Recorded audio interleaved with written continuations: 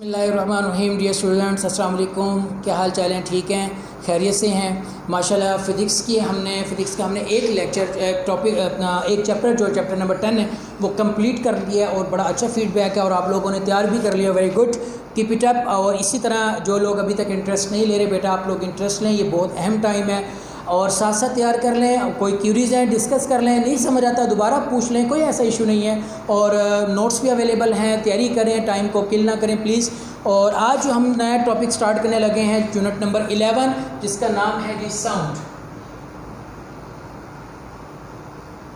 बहुत ही ज़्यादा interesting topic है और इजी है और थ्योरेटिकल ज़्यादा है, तो लिहाजा आपको बुक ओपन करके रखनी पड़ेगी। ज़्यादातर हम उसमें रीड आउट करेंगे। रीड आउट करने के साथ साथ आपको ये होता है कि चीज़ें ज़रूर साथ साथ क्लियर होना शुरू हो जाती हैं। ओवरव्यू देने के बाद हमने जस्ट उसको रीड करना होता है।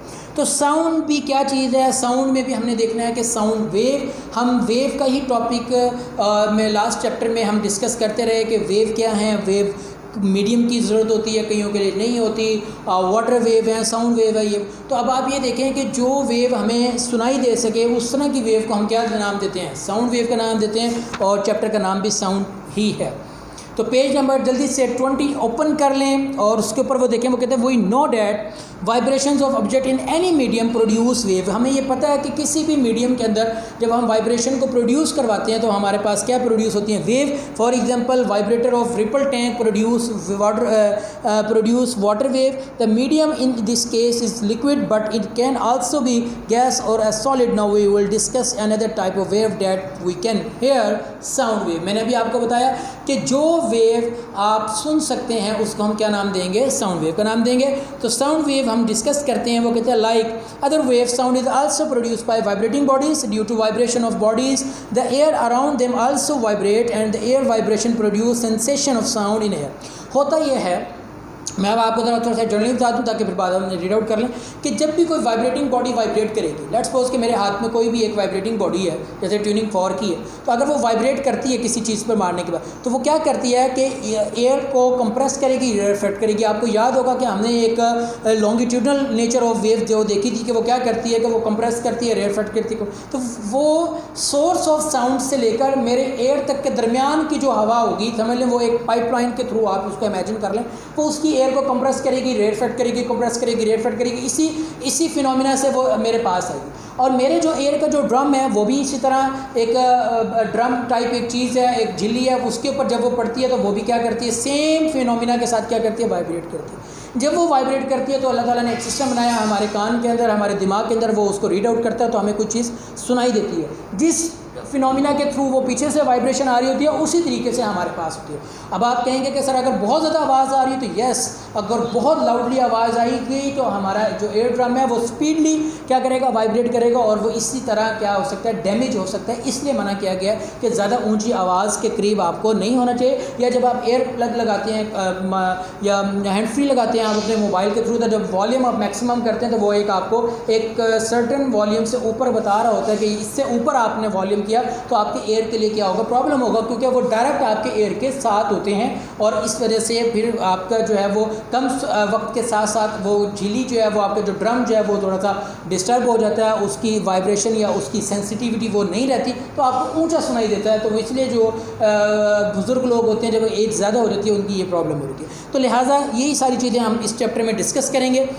वो कहते हैं कि जी फॉर एग्जांपल, अब कौन कौन सी एग्जांपल हैं जी साउंड वेव की? जी in guitar sound is produce due to the vibration और its string. Our voice result from the vibration of our vocal cord. Human heart beats vibration of other organs like lungs also produce sound wave. Doctor use stethoscope to hear this sound. अब आगे जो इस topic के अंदर जो चीज़ें आ रही हैं वो यही आ रही हैं कि sound is produce by vibrating body.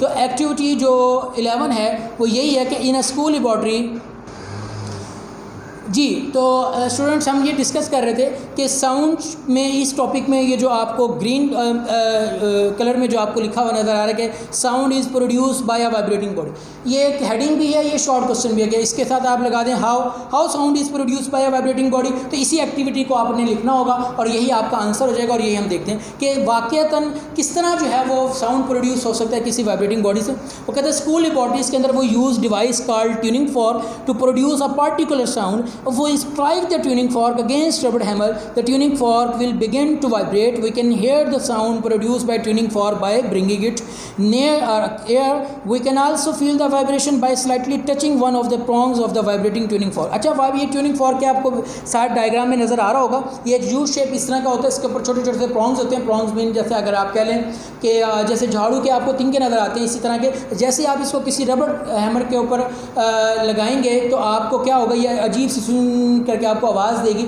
या अगर आपने ये कभी नोट किया कि आपने एक बारीक सी कोई स्टिक लेकर उसको हवा में ज़ोर ज़ोर से की हो तो आपको एक और इस तरह का आवाज़ जो है वो प्रोड्यूस हो रहा होता है, जैसे इस तरह करके. तो ये जो जब आप क्या करते हैं कि वो जो मीडियम आपके पास क्या एयर है उसको डिस्टर्ब करते हैं, उसके अंदर वाइब्रेशन होती है, वो वाइब्रेशन आपके एयर तक पहुंचती है और सेम साउंड जो है वो आप सुनते हैं. वो कहता है कि अगर आप इसी ट्यूनिंग फॉर्क को वाइब्रेट करवाने के बाद एक स्ट्रिंग लेकर उसके साथ एक बॉल को लटकाएं और उसके करीब लेकर जाएं तो वो बॉल उसके साथ डिस्टर्ब करेगी तो आपको नज़र आएगी.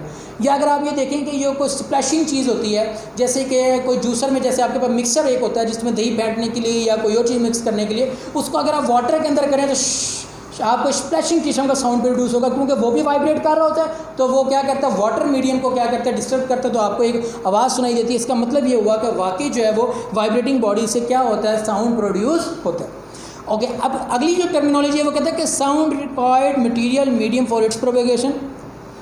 तो क्या हमारे पास साउंड प्रोड्यूस करने के लिए मीडियम की रिक्वायरमेंट है? बिल्कुल है. सिंपल सा एक्सपेरिमेंट है. एक्सपेरिमेंट उसने पहले यही बताया कि आपके पास जो है वो एक वाइब्रेटिंग ट्यूनिंग फॉर्क ले लें, वाटर का टब ले लें, उसके अंदर आप उसको स्प्लैश करने के बाद या वाइब्रेट करने के बाद लगाएंगे तो वो वाटर भी क्या करेगा, स्प्लैश करेगा. इसका मतलब है वो वाकई. या एक और आप क्या करें कि एक जार लें, जार के अंदर आप क्या करें, एक इलेक्ट्रिक बेल डालें और उसके ऊपर से 2 तारें निकाल कर उसको जब आप बैटरी से कनेक्ट करेंगे तो आपको आवाज़ सुनाई देगी. अच्छा, अब आपने उस जार को क्या करना है, क्लोज कर देना है और उसके नीचे वैक्यूम पंप से उसकी जो अंदर एयर थी उसको सक कर कर उसको बाहर कर देना है. तो अब अगर आप ये देखेंगे जैसे ही आप एयर बाहर निकालना शुरू करेंगे जो वो बेल है वो रिंग करती हुई आपको वाइब्रेट करती हुई नज़र आएगी, लेकिन आहिस्ता आहिस्ता आहिस्ता उसकी आवाज़ ख़त्म हो रही है. और जब सारी एयर जो उसके अंदर से बाहर आ जाएगी तो आपके पास आपको आवाज़ नहीं आएगी. इसका मतलब ये हुआ कि जैसे ही आपने एयर उसमें से बाहर निकाली तो आपका मीडियम वहाँ से रिमूव हो गया, और जब मीडियम रिमूव हो गया तो आपके पास आवाज़ नहीं आएगी. इसका मतलब ये हुआ कि मटेरियल या मीडियम जो है वो रिक्वायर्ड होता है साउंड वेव को एक जगह से दूसरी जगह लेकर जाने के लिए. तो third one is the longitudinal nature of sound wave. हमने पहले डिस्कस किया, मैंने आपको बताया कि ये क्या करता है. आपको डायग्राम में नज़र आ रहा होगा कि जैसे वो ट्यूनिंग फॉर्क क्या करेगा, वाइब्रेट करेगा. तो अगर वो इसकी ये एयर्स की लेट्स सपोज कि इन अ नॉर्मल स्टेट के अंदर ये कंडीशन थी, तो जैसे ही एयर इसको क्या करेगी, वाइब्रेट करेगी तो ये बिल्कुल क्लोज हो जाएगी और इधर से थोड़ा सा फासला हो जाएगा, फिर क्लोज हो जाएगी और ये फिर फासला हो जाएगा. तो ये क्या करेगी, कंप्रेस करेगी, रेयरफेट करेगी, और ये इसी तरह एक तरफ क्या करेगी, कंप्रेस करेगी और अगेन दूसरी तरफ क्या करेगी, रेयरफेट करेगी. मतलब ये सारे के सारे कंप्रेस कर देगी. और जब आप इसको खुलाव करेंगे तो आपके पास क्या होगा, यहाँ पर खुलाव आ जाएगा, दरमियान में क्या आ जाएगी, कंप्रेशन आ जाएगी, यहाँ फिर क्या आ जाएगा, खुलाव आ जाएगा. तो आपको पता है कि अगर वेव की जो पार्टिकल्स हैं वो अलोंग द वेव क्या करें, मूव करें बैक एंड फॉर्थ, इस तरह की नेचर को हम क्या कहा था, हमने लॉन्गिट्यूडनल नेचर ऑफ कहा था. तो लिहाजा आपको ये भी पता लग गया कि जो वेव है, साउंड वेव है, ये क्या आपके पास लॉन्गिट्यूडनल नेचर है. ठीक हो गया. और यही इस पूरे पैराग्राफ में लिखा हुआ है, आप अच्छी तरीके से इसको डिस्कस कर लेंगे. ये तो सारी थ्योरेटिकल चीज़ें थी. अब जो असल चीज़ है आगे आपके पास आ रही है वो है करैक्टरिस्टिक्स ऑफ साउंड. तो हम ये देखेंगे कि साउंड की जो कुछ अपनी खसूसियात हैं वो कौन कौन सी हैं. तो सबसे पहले जो खसूसियत है वो है इसकी लाउडनेस. जी बिल्कुल ठीक. कुछ आवाज़ें आपको मध्यम आती हैं, कुछ आवाज़ें आपको ऊंची बहुत ज़्यादा लाउडली फील हो रही होती हैं. तो वो क्या चीज़ होती है जो हमें बताती है कि ये मध्यम है और ये फेंट वॉइस है, ये लाउड वॉइस है. तो ये उसकी ऐसी करैक्टरिस्टिक जिसमें हम क्या कर सकें, किसी लाउड और फेंट साउंड के दरमियान में डिस्टिंग्विश कर सकें. इस तरह की जो वेव है उसको हम, इस तरह की जो करैक्टरिस्टिक है उसको हम क्या कहते हैं, लाउडनेस कहते हैं. और डेफिनेटली लाउडनेस जो है वो आपके पास डिपेंड कर सकती है किन चीज़ों के ऊपर. सम फैक्टर्स हैं. Amplitude of the vibrating body. अच्छा, अब आप ये देखें गिटार की जो स्ट्रिंग होती है उसको आप पकड़कर हल्का सा वाइब्रेट करें तो हल्की आवाज़ आएगी.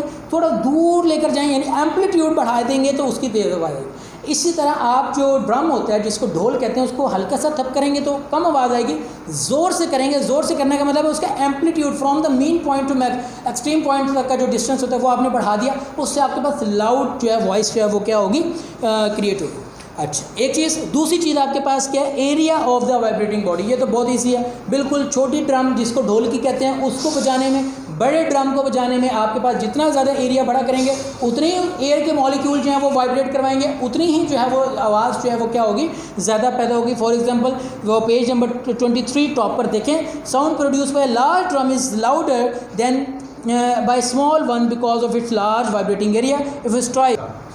ओके, तो स्टूडेंट्स हम डिस्कस कर रहे थे कि if we strike a tuning fork on a rubber pad a feeble sound will be heard, but if vibrating tuning fork is placed vertically on the surface of the bench, we will hear a loud sound. From this we can calculate the loudness increase with the area of the vibrating body. Third one is distance from the vibrating body. अब आप ये देखें कि loudness जो है वो depend करती है कि जो सोर्स ऑफ साउंड है उससे आप कितना दूर हैं। जब हम किसी फंक्शन में बैठे होते हैं, आमतौर पर हमारे शादियों में, मेहंदी के फंक्शन में साउंड जो है वो लगा हुआ होता है, साउंड सिस्टम। अब एक शख्स जो है वो स्पीकर के बिल्कुल लाउड स्पीकर के साथ बैठा हुआ है, एक शख्स थोड़ा बहुत दूर बैठा हुआ है, तो वो यही कहता है कि जी आवाज़ नहीं आ रही, आप ऊंची कर दें। अब वो क्योंकि सोर्स ऑफ साउंड से दूर है, उसके लिए डिस्टेंस ज़्यादा हो गया, उसके पास लाउडनेस कम है। अब जो बिल्कुल करीब बैठा वो कहता है मेरे तो कान के ऊपर स्पीकर लगा हुआ है, मेरे लिए तो बड़ा डिस्टर्बेंस हो रही है, और अगर ज़्यादा लाउड करेंगे तो मैं तो बड़ा डिस्टर्ब हो जाऊँगा। तो लिहाजा ये डिस्टेंस जो है वो, या अगर आपने कभी रेलवे स्टेशन पे देखा हो कि गाड़ी थोड़ी काफ़ी दूर हो तो एक उसका जो सायरन की आवाज़ होती है, हॉर्न की जो आवाज़ होती है वो दूर से आपको सुनाई दे रही होती है। अब जिनके रेलवे ट्रैक के करीब घर हैं, थोड़े दूर करके तो उनको पता लग रहा होता है कि ट्रेन जा रही, लेकिन जो लोग बिल्कुल उसके अंदर बैठे हुए होते हैं या जो बिल्कुल उसके नियर होते हैं, उनके लिए वो जो हॉर्न की आवाज़ होती है वो बहुत ज़्यादा लाउड होती है। तो लिहाजा distance from the sound of source भी आपके पास क्या करता है, डिपेंड करता है। और एक और चीज़ भी है कि आपकी जो एयर की कंडीशंस हैं उस पर भी डिपेंड करता है। अगर आपका एयर ऑलरेडी ख़राब हो चुका हुआ है, उससे सेंसिटिव नहीं रहा, तो डेफिनेटली फिर जितनी मर्जी आवाज़ ऊंची कर ले तो आपको ऊंचा क्योंकि सुनाई देने लगेगा, तो नॉर्मल पर्सन्स की निस्बत आपके साथ ये भी इशू होगा। तो इसमें यही बातें 2-3 लिखी हुई है। अच्छा, ये तो थी इसकी एक कैरेक्टरिस्टिक लाउडनेस, और उसके हमने 3 फैक्टर डिस्कस किए। और आगे जो चीज़ है वो है पिच। पिच किस तरह डिस्कस करते हैं? Pitch is the characteristic of sound by which we can distinguish between a shrill and a grave, यानी पतली और मोटी आवाज़ के दरमियान अगर हम फ़र्क करें, इसको हम क्या कहते हैं, पिच, यानी कि उस साउंड की पिच क्या है।